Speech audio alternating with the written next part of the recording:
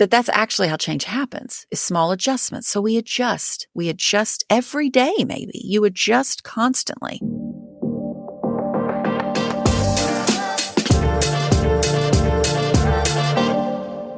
Welcome back. Today, we are with the amazing Kendra Adachi, friend of the show, friend of everyone, as the lazy genius. Today, she's showing us how to get our time together, how to get our lives together in the lazy genius style. I love it. You're going to love it. This is one of those shows you're going to want to go back and watch or listen to it over and over again. She's just that good. There's that many truth bombs and light bulb moments and just great things to take away every time we have Kendra on the show. And today is no different. And without further ado, here's my friend Kendra. So Kendra, here's my thought. Productivity books really stink for women, right? Let's hear a little lazy genius rant on this. Oh my gosh. So I will speak and then you'll hit end and that'll be the end of the episode because I could talk such a long time about that. Holy moly. Okay. Here's the thing. Probably the people listening to your show have read a good number of productivity and time management books over their adult lives. And the consistent theme there that you might not have recognized is that it was almost certainly written by a man. 93% of the most popular time management books are written by men. And I did not process that information until I started to ask the question, how many women are writing these books? Because here's what men who write books don't have. They don't have a boss, because authors tend to not have bosses. Right. So they can make their own schedule. They can run their own thing, set their own priorities. You know, they've got a lot of independence and freedom in how they can manage their work time. They don't have the mental load of running a house. Almost certainly, in general. No way. I will add, as the spouse of a stay-home dad, even stay-home dads don't really have the mental load of running a house. And they don't have periods. Yeah.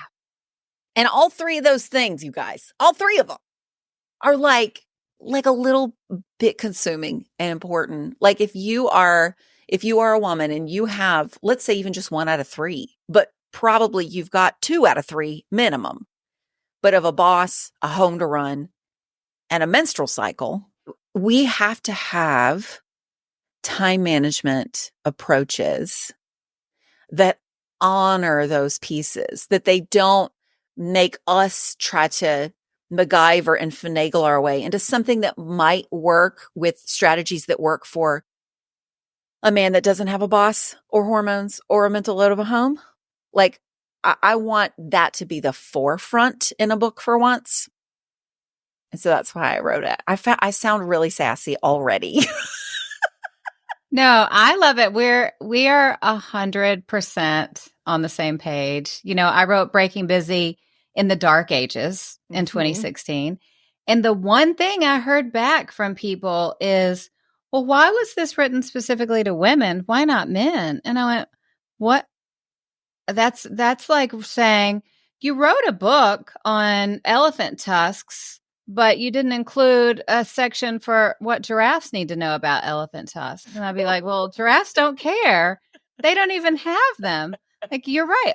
Almost all of the books are written by dudes without constraints. So they're getting up at a certain time and they're doing their cold plunges and they're doing this and they're doing that.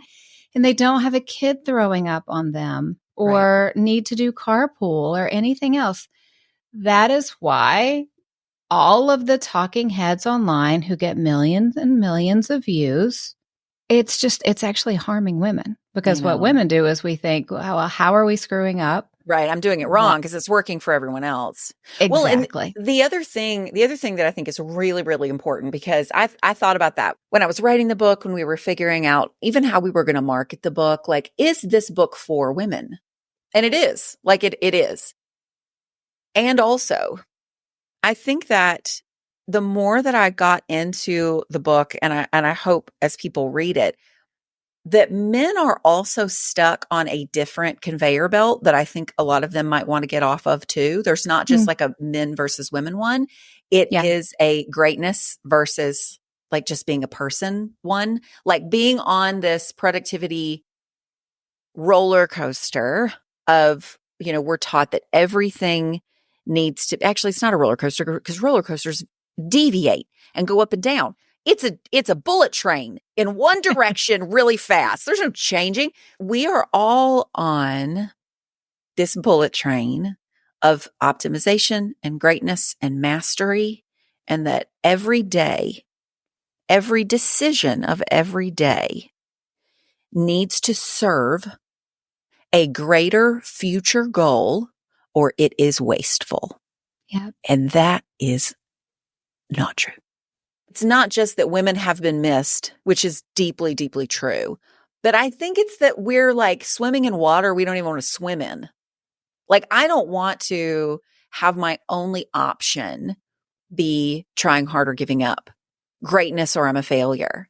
I was talking to somebody recently who said their biggest thing that they're struggling with right now is this whole, like, you're breaking a promise to yourself. Like if you say, I'm going to do this thing and then you don't do it, that you're breaking a promise to yourself. And it's like, can we lower the pressure here a little bit, guys? Can we just live our lives? I hate that too. What are you talking about? What are you talking about? So what if I change my mind? I don't know. Right, exactly. Because you're allowed to do that, y'all. You're allowed to do that. So that is also kind of the greater purpose, I suppose, of this book is I think that there are men and women who are tired of that. But I also wanted the strategies to be geared towards women because they don't get strategies for them typically. So men can definitely benefit and learn from the plan, just like women have been learning from men for a long time. Men can learn from women too. This is going to be great. But I think there's a systemic situation that 100%. We're trying to beat back a little bit here. Now, I am a girl who loves alliteration. You are a girl who loves an acronym. Oh, I love an acronym so much. When you're a nerdy author, like there are things like, give me a good alliteration and it just makes my heart sing. But you nailed acronyms in your new book. Well done. I hope you feel seen and valued. Thank you. I do. I appreciate that so much. Okay. Teach us about the plan and the beautiful acronym that it is. The problem with where we've been with the other train is that, again, it is the goal of that train is to make you great and a master and optimize and a machine, basically. It's trying to make you a machine that is moving toward an ideal life. What that machine depends on is preparation.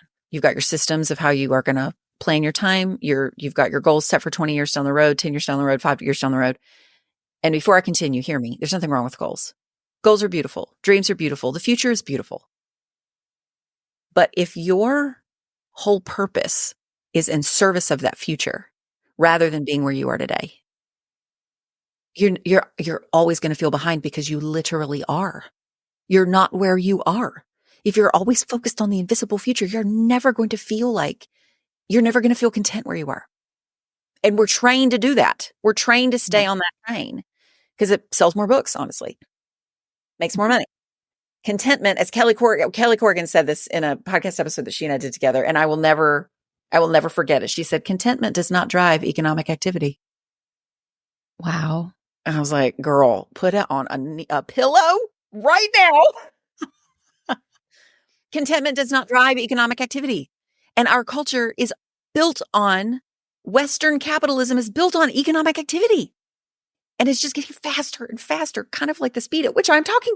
And so we've got to slow it down and be content with, not complacent, not giving up, not settling, but content and present with where we are today so that we can actually see that future with clearer eyes, that we're not always in service to it. But in order to stay on that train, it leans heavily, heavily on preparation. And there's nothing wrong with preparation. I love preparation. I plan meals a month at a time. Like this is where I live. I love it. But what we've done is we've created a severe imbalance of how preparation fits into our lives. And so the plan is built on this acronym where P is preparation. You need to prepare. Like it's a beautiful thing to prepare. And also it works in equal measure with the other three words in that acronym. And those other three words are live, be where you are, live where you are, live your life. Enjoy this as best you can. See the good that is here right now. Recognize that, now isn't forever, but you're here now. This is the season that you're in. Adjust. A is for adjust. We have to look at where we are and we can make small adjustments. I talk a lot about big black trash bag energy, and I don't even have to explain this to your audience. No. I bet they all know exactly what I'm talking about. Big black trash bag energy, buying a new planner every 3 months because the old one isn't working, those kinds of like big system, like burn it all down, let's start over. Mm-hmm. That's what we tend to do. And that does not work. It doesn't work, but small adjustments do. Right. They're not as fun. They're not as like immediate. They don't feel like they're going to do as much to make things better, different. But that's actually how change happens, is small adjustments. So we adjust every day. Maybe you adjust constantly. And then N is notice. Notice, look around, notice where you are, notice what is working, notice your energy, notice the energy of your children, notice that your sink still has dishes in it. And there was a time where if you looked at that sink and 2 days later, 3 days later, 2 weeks later, there's still dishes in there, you would have beat yourself up. And now you're actually being kind to yourself. And you're like, you know what? I would rather those dishes be clean. I would rather someone in my house notice that as well, not just me.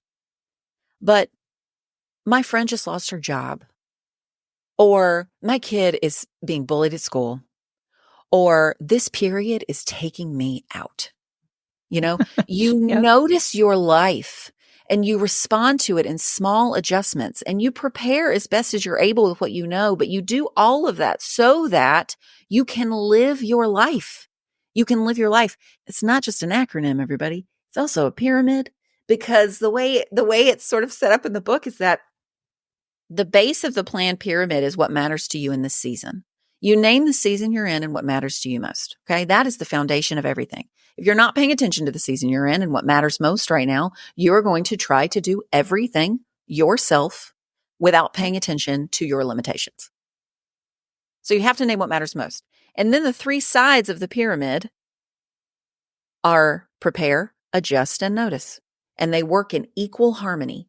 They lean on each other equally. If one side gets bloated, the whole thing falls apart. So there's equal energy here in preparing and adjusting and noticing. And then the point, both literally in the pyramid and figuratively in the analogy, is to live. That's the whole point of this, is to live your life, to feel like yourself, to feel like you've got purpose on days that you want purpose, and to be like, you know what? We barely made it, but I was not mean to myself today. And that is a win. We have this expectation that every day needs to be the best day. We're always hustling to recreate this ideal day, this best day. I think that just does us such a disservice, because that's so much pressure, number one. Mm-hmm. But it also is keeping us from being present with what's going on. Some days you just have really bad days. Some days you're in a fight with somebody. Some days there is a school shooting and you don't even know how to process things that day. There are so many things outside of our control. And so what a gift to learn to see our lives and our time as fluid and present and grounded in exactly where we are, compassionate with what's going on inside our bodies and in our homes and in the world. It's definitely a shift in practice. That's why half the book is strategies, because it's a shift in, we've been taught one way to do this. I mean, truly, there's just one way that we've been taught to manage our time. There are lots of different like hacks and approaches and that kind of thing. But as far as the goal and the purpose, it's the same with all of these experts. It's the same. This is like long haul work and trying to unlearn and relearn how to manage your time with this lens. But when you do, oh my gosh, that like when I said I wanted to feel lighter, like living this way does make you feel lighter. It doesn't make life completely easy or frictionless or without stress because that's dumb. We're just people. There's going to be stress. It's going to be hard.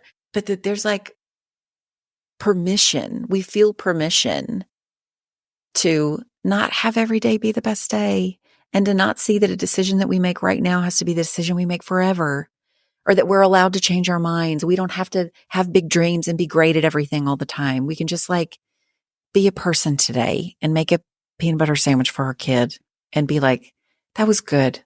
That was good. Good is here in this, you know? That's the feeling I want us to have in our bodies and our homes. That's why I wrote the book. And I think that's a feeling that everyone wants. But I think that this new way of time management that you're providing, it's a way for women, especially men too, but women, to stop kicking themselves all the time and to give themselves grace. And as you say in the book, to bring their whole self to the table, when they're planning their time and when they're managing their time and their energy and what season they're in. Okay, now you have a secret for making a better to-do list. Mm-hmm. If there is anything that we all share in common, it is I'm imagining people who listen to the show, it is the gratification of checking something off your to-do list, like how good that feels. I am literally the only person who doesn't. Do you not feel it? Everyone does but me. Let's talk about this. Well, tell me why. Yeah, like what let's back up. How do you view a to-do list? What's your relationship with a to-do list? For me, I messed up the time it would take to do things. So instead of a to-do list, I just use my calendar. So if there's anything I need to do, it's on my calendar and I'm guessing how much time it'll be, or it's an alarm on my phone. Got it. But writing it out and checking it off, if it gave me that feeling of gratification, I would still do it, but it didn't. But I realize I am maybe one of 3 women in North America that feel this way, and one of 7 in Europe.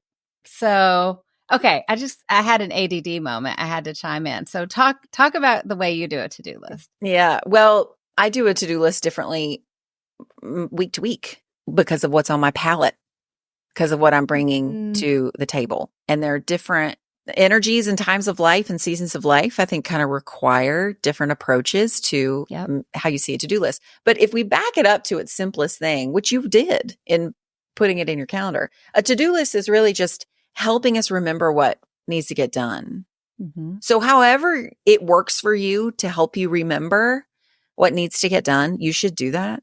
You should just do that and not like, well, I know I'm a weirdo. No, you're actually smarter than the rest of us because you figured out what worked for you and you do it. Like that's really the thing. If I could leave one tip, if you're like, oh, I've got to get the kids and have to turn off this episode, you need to stop putting projects on your to-do list. Yes. Talk about that. That's my biggest tip. I could go into all the other things about to-do lists, but that's the biggest thing. Is the reason that our to-do lists feel overwhelming is probably because you're putting everything on them. You're sort of looking at a brain dump, like, oh, these are all the things in my mind. You write them all out. And then you're like, oh no, there's my to-do list. No, it's not, guys. Not the same thing. It's not the same thing. Okay. So if you're feeling overwhelmed, it's probably because you've got too much on your list or because you have things that are too big on your list. And I believe that a to-do list rises to the level of difficulty of the hardest thing on it. Like everything feels as hard as whatever is hardest on your list. So like it's fall, we're coming into a season of many projects that you're forgetting to call projects, like plan Thanksgiving, get holiday gifts, even like when we were doing back to school stuff. You might have written down, if you've got kids, you get school supplies. Okay, let's talk about that for a second. Because if you have more than one child, They have more than one class. There are lots of tasks here. It's check what you already have in your house. It's look at the list that was given by multiple teachers and sort of see what the overlap is. Then you have to decide things like, are the kids going to choose? Does money matter? Do we need to go to different stores? Like there are lots of pieces and parts to something like get school supplies. Even just like, are you going to store them in the book bag? Are they going to take, like, we just forget that there's so many aspects to our single items on our list. If anybody listening puts buy Christmas presents on your to-do list, I will come for you. I will come for you. That is too big, baby girl. It's so big. There's so many decisions. So that's my biggest thing. Stop putting projects on your to-do list. I think that's great. That's one of the reasons I moved everything to my calendar. So I use a digital calendar because my calendar needs to be like Tetris, where I'm moving different 30 minutes and different hours around because the dog will have to go to the emergency vet for eating a sock or all the things in a woman's life, right? Yes. I was talking, listen, hold on. I was talking. I can't not. I was doing an interview with someone and she said that literally like she was about to walk out the door and her kid who's potty training dropped a dirty diaper from the second floor stairs down to the bottom. And it's like, well, you can't just not take care of that. That's not on my schedule. Poopy diapers from the ceiling are on no one's schedule. And yet here we are. Yeah. Right. It's the women who take care. And there's so many of those things every day. I'm so sorry to interrupt you, but like, that's literally kind of stuff that happens. And you can't put that into like a daily plan.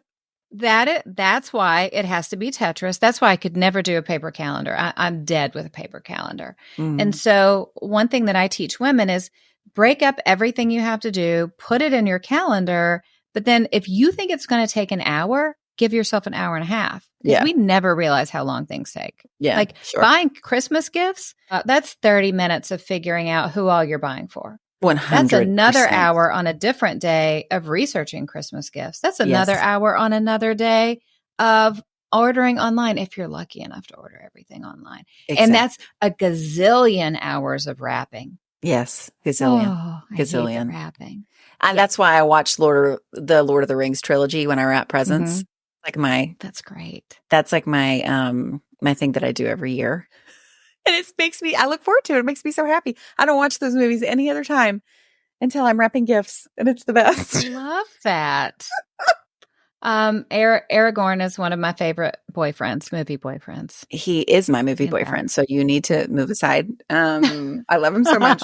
I would actually encourage y'all listening to like the next time that you're on a walk with your friends and you're pushing baby strollers, you're having lunch after, a work lunch or whatever, that you actually ask people, like, how do you manage what you have to do? You don't even have to call it a to-do list because sometimes it's not set up that way. But how do you keep track of what it is that you have to do? Because all of us have different approaches and they all matter because they all serve the season that person is in. There's not one way to do it. And I think that another thing that's really important, because I have I have a whole chapter in the book about to-do lists, but one of the things that's helpful is if you can organize your decisions and tasks, whether it's in your calendar by time, that's how you do it, or you could do it through urgency. Maybe you're just responding to the things that need to be done now. I call that now, soon, later, never mind. You have like a big old list. Just pull out the now things.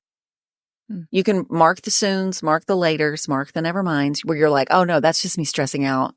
And I don't need to stress out about that. Or that's a never mind. So-and-so is going to take care of that, delegating that thing. But you could organize your task by urgency. You could organize your task by your energy. Like if you have a menstrual cycle that is just like on the clock and you can feel the like hibernation coming in when it's time to do that. You can feel sort of that like awakening happening. If you can feel when you're ovulating and you're like, I could take on the world today. Like if you feel those things in the ways that you're able, you could take, the things that have to happen this next month and you could kind of sort them by energy. Like this is going to be a really good thing to do when I don't want to get off the couch. this is going to be a really good thing to do when I have so much energy and I can't wait to go be with the people. You know, like you could sort it by energy. You can sort it by similarity. You can batch things by, these are all the errands I have to run. These are all the texts I have to send to confirm the things with the people before I can do the things that I'm supposed to do. You know, these are the emails I have to send. These are the things I need to get out of the closet to prepare for this next season that's coming up. You know, these are the things I need to look for. Do we have the coats and the ski boots and the, you know, like you can batch your tasks by similarity. The fourth one is like you could just pick something. Like you don't have to have a color coded, super organized list. You could just go like, I'm really tired and I just have the energy for this. So I'm just going to do this. That's also very compassionate and okay. That's so good. So there's a real theme with you and your work right now of learning to be kinder to yourself. Mm-hmm. And I think that's beautiful. I mean, for all of us who dabble in nonfiction in one way or another, we're just learning things and then hoping that other people get a benefit from it. So that's right. What has that journey looked like for you in the past few years? Oh man, I don't want to be like, everybody needs to go to therapy immediately. Although I think that would be everyone great. Should. I think that would be great. Yeah. Because that honestly, that's what it's looked like in the last few years is having a regular practice where I'm able to share without limitation or apology, where I'm feeling the things I'm feeling. I'm able to name that stuff. Someone's able to speak it back to me. And there's tremendous value in doing that with someone who has no direct relationship with you. Amen. Because no matter how balanced and grounded and amazing my husband is on any given day, and I'm trying to process with him, I am so pissed off at you right now because I thought that I expected that when I came out of Annie's room after putting her to bed, that the kitchen would be clean. But here on your phone and the kitchen is still dirty. And now I have to look like the B word who's like, dude, can you go clean the kitchen? Or I'm going to passive aggressively bebop around in there, washing pans real loud. Like processing out those feelings with him versus processing those feelings with a therapist. Not saying that I don't share how I'm feeling with him, but like my therapist doesn't care. Her feelings aren't hurt. I can get all the way mad. I can get all the way mad. I can be unkind to the point where I'm like, oh, I don't like this. Yeah. I don't like feeling this way. Like when we process how we're feeling about things and we're hurt and we're frustrated and it's really hard to access kindness towards ourselves and towards other people when we're feeling those things. I don't know how to ride now the roller coaster is here. I don't know how to ride the full roller coaster of my feelings in front of people who's hurt my feelings without it really impacting them in a way that's like maybe not super beneficial. So it's like, that's been one of the greatest things, top two, the Holy Spirit and therapy are the top two things that have taught me the goodness of kindness. And I had to sort of go through like a long, long season, years and years especially of having tiny kids, repressed feelings. And I had to go through the season of like letting them come all the way out in their loudest way. Oh, it was the worst. Oh, yeah. It was the worst. And now they don't have to get as loud. Like they don't need that as much anymore because I'm sort of like cutting them off at the pass with being like, hey, y'all, I know we're freaking out, but like, this is actually okay. Ben just ate our lunch. We're going to be all right. And it wasn't even ours. No one knew it was ours but us. Like we can be disappointed and we can pivot and we can do the next thing, like, because that's kind towards him. That's kind toward me where I'm not beating myself up because I don't have more lunch options available or I didn't label the thing or I should have made, like we beat ourselves up. Like I should have made more leftovers. I should have had a better meal plan. I should have blah, blah, blah, blah. That spiral, that spinny energy either goes inward or outward. Right. And so I think sometimes we have to let it spin all the way out with someone who doesn't care. That's really the key, not only with your relationships. I explain this with the importance of business coaching. You need a business coach because people go, oh, I have my team. We make decisions together. And I'm like, oh, your listen. team is dependent on you paying them. Right. They're not They're being not going to upset and say this stuff. firing you. No, like you need someone to make decisions with whose job does not dependent on your mood and how successful a certain, like, no, absolutely not. Yeah. You need somebody that isn't emotionally charged and dependent on you to be able to process. Really, that's great. Now, switching to fun questions, I'm going to take that first question and make a thread here. How does your Enneagram number play into this growth? Oh, she's so ornery. I'm an Enneagram 1. Ones love for things to be just so. And they also think that they have to be just so in order for people to value and appreciate them and stick around. And they also have an inner critic who's always telling them how they could do things better and how trash they are when things don't go according to plan. So it is kind of like constant work for me to go like, oh man, this is okay. But the more I've done it, just like checking in, like these things that are just these daily practices, these drips of water, I have kind of befriended my perfectionistic self. I've befriended her, this critical voice in my head. And so when she starts freaking out, I'm just like, girl, we're safe. It's all right. No one's in danger. We're not on that, it's like, we're not in an abusive home anymore. Now it's moved to, we're not in that productivity paradigm anymore. We don't have to be great. We don't have to be great. That's all right. We're fine. This is fine. This is good. Good is here now. We can be content with this day. This is not settling or giving up or like the exception.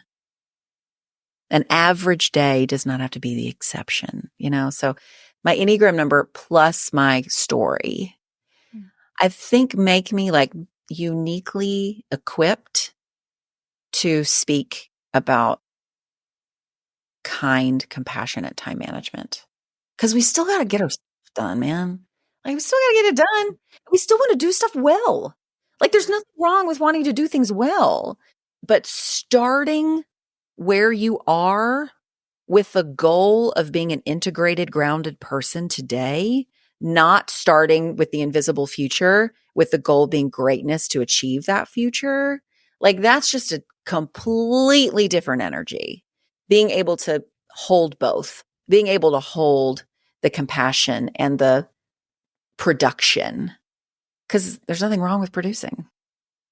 I love that. Being able to hold compassion and production together. Yeah, I think that's really wonderful. Yeah, because you're not saying throw it out the window and eat Oreos on the couch. Do you look at this? I found this crinkle paper.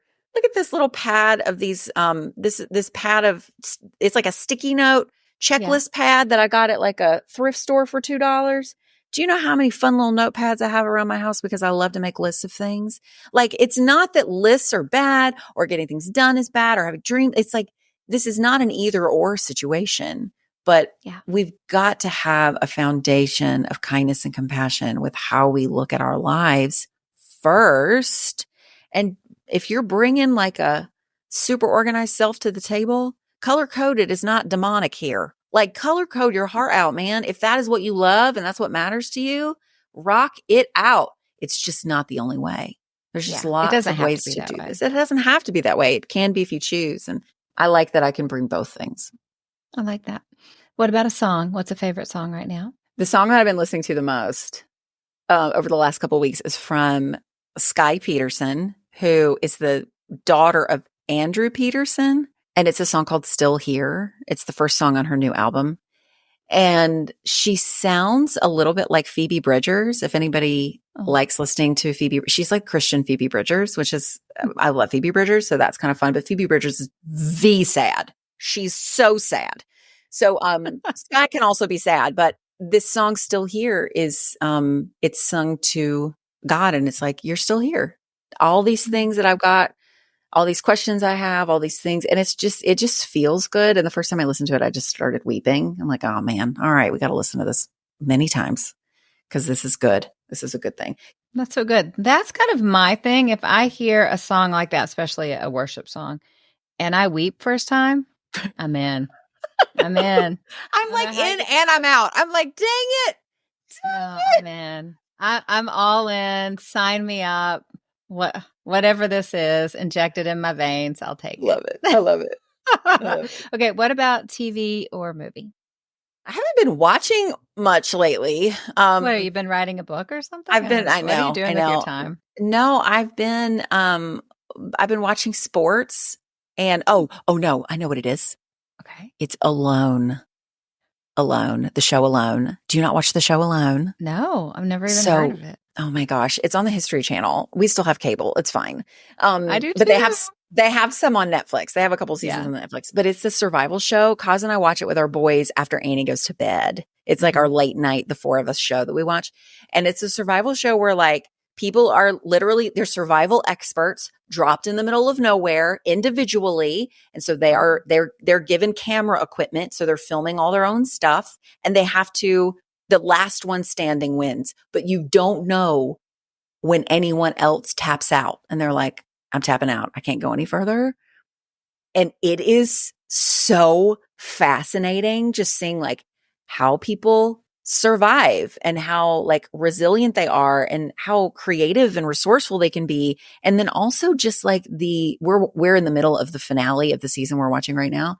And like these dudes have been in the middle of like, they're in the literal Arctic right now. Oh. And they've been alone for 68 days. No, that's terrible. It is terrible. Are they they don't have any food? They don't have any food. They get like 10 items. They get 10 survival items that they can have. Mm-hmm. So like a tarp or a knife or a bow or whatever. But no, they're like literally hunting and foraging and they're building a shelter and they're ice fishing. Like they're pros. They know, like they would not drop us. They would be like, it would be a terrible TV for one, because I would tap out in 2 hours max. The minute there's a rustling in the leaves, I'm like, I'm out. I'm tapping out. Come get me. Like, there's no way. It feels rare to me to find something that like my teenage boys want to do with their parents. Mm-hmm. And so being able to do that and watch that with them every night, we look forward to it. It's so fun. Ooh, so it's Alone. I love that. Yeah. Okay. Next question. An app that is interesting. Can't be the Weather Channel, or a book. Either one. Something that you're loving right now. Well, a book is my favorite. I will say my favorite app is the Merlin app. Never heard of it. Oh, it's a new app I haven't heard of. This is great. So I'm a bird lady. Yeah. I love birds. Same. Sneaks up on you. It does. And now I'm just a stereotype and I'm okay with it. Yeah, but same. Merlin, if you're outside, you open the Merlin app and you press the little green button and it records the bird song and it tells you what the birds are. I know, Allie, you're welcome. Get out of town. You're welcome. You download like the pack of birds that's your area, like your geography or whatever. And it'll like, what it'll do is it gives you the whole list of birds that are singing at that point. But when that bird is literally singing, it makes it bold. So you know, that's like, I know what a chickadee is now. I know what a chickadee sounds like. I know what a wren sounds like. I know what a cardinal sounds like. I'm like, oh, that's a cardinal. I know now. Like, so whenever we walk, like I walk my daughter to school, we'll just open the app and see how many birds are singing on our way. Our record is 27. I love this app. I'm going to be super nerdy with you for a second. I did a ton of research on like activities that are scientifically backed to bring happiness. And there was an app in the UK that was sent out as a research project. And they asked thousands of people many times a day randomly what they were doing and how happy they were. So this is research project. At the top of the list, like in the top 10, bird watching. Dude. Don't sleep on bird watching, you guys. It's a thing. Oh, it makes me so happy. We have like a suction cup bird feeder on my living room window. Same. I'm about to get one. Now we're recording. I haven't bought it yet. By the time this comes out, I may have it, where is it concave inside your house where you put it in your window and the birds can come inside your house in that little thing. I'll send you a link to it and I'll put it in the show notes. Kendra, my it just may goodness. change my life and it might change your life too. Don't sleep on the birds, guys. We've become stereotypes for a reason. So the Merlin app. I'm so happy that you didn't know that existed and now you get to have it in your life. Like, I'm genuinely so happy for you.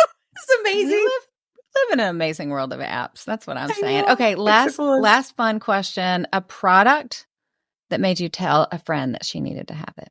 I have been really loving the Chobani yogurt drinks, like the 20-gram protein yogurt drink. Those suckers are good. I've never. And everybody's talking about getting more protein because at 1 gram per pound. One of the menopause. We're all in the menopauses. Yeah, so we're all desperate to feel better. And apparently protein is one of the things that's going to help us. We really are a stereotype this hour, and I'm fully embracing it. Oh, no, I'm into it. It's great. But I have been, again, let's pull in the PLAN acronym. I have noticed that on days where I do have more protein, like they say to have, and especially at the top of the day, it does impact my mood. It does. It impacts all the things. But I also am like, getting 3 kids to 3 schools that start at 3 different times in the morning. And every day I'm like, am I going to exercise today? Am I going to do it before I shower? It's the mom math of like when everything, it's your Tetris calendar. And so the ease of just shaking one of these puppies and drinking it and is legit delicious. And I'm not just saying that because there's some things that people drink and they're like, this is delicious. And you try it and you're like, this is gross. Don't lie to me. You can just say this is good for me. Or whatever you want to say. But these things are so good. And then I'm like, I'm kind of done. Like I can just sort of call it good for a little while and I have to think about it. So they've been like a huge, I texted friends, took picture, like, you should buy these. They're at Costco. That's fantastic. That's why I asked this question. It's good. They're in a dark blue bottle. They're super cute. Do you have a favorite flavor? They only have 2 that I've seen. There's a strawberries and cream and a mixed berry. I prefer the mixed berry. It's like a mixed berry vanilla situation, but they're both good. Okay. Good to know. Good. Well, this has been so fun. Congratulations on the new book. It is truly phenomenal. Thank you. Because even though I didn't write on managing your time, I wrote on busyness, back in the dark ages. Mm-hmm. I opened it and went, am I going to learn something new? I learned so much. You know how it is. I learned so much. I put so much in my little bag of tricks. It's really, really phenomenal. Thank you. I hope everyone gets a copy of this book. Congratulations. Thank you. I hope so too. Not for my sake, but because I really think it's going to make people's lives feel better. And what a nice thing. What a nice thing to feel a little better. Protein drinks in the plan. We're going to be fine. And some birds in the background. That's right. Hey, and bird watching. Tell everyone where to find you.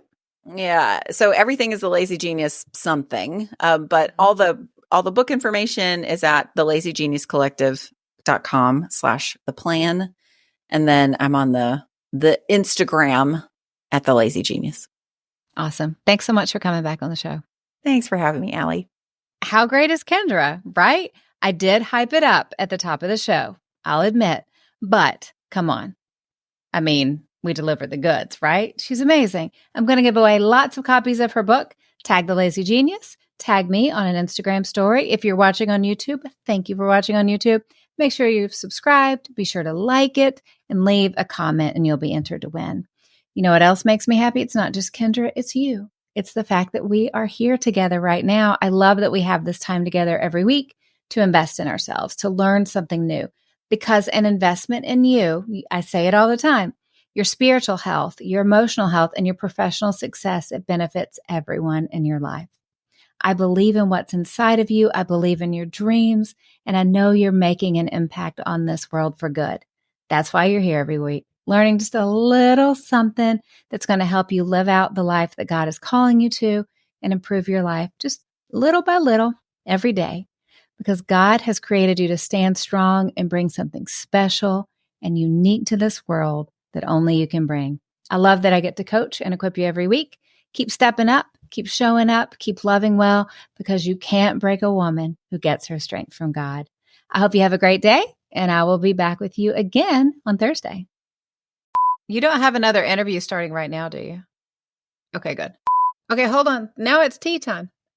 Okay, I just asked the question and go. Now, I have no idea what I'm supposed to be saying next. And before we get to our chat with Kendra, blah. Okay. And cut.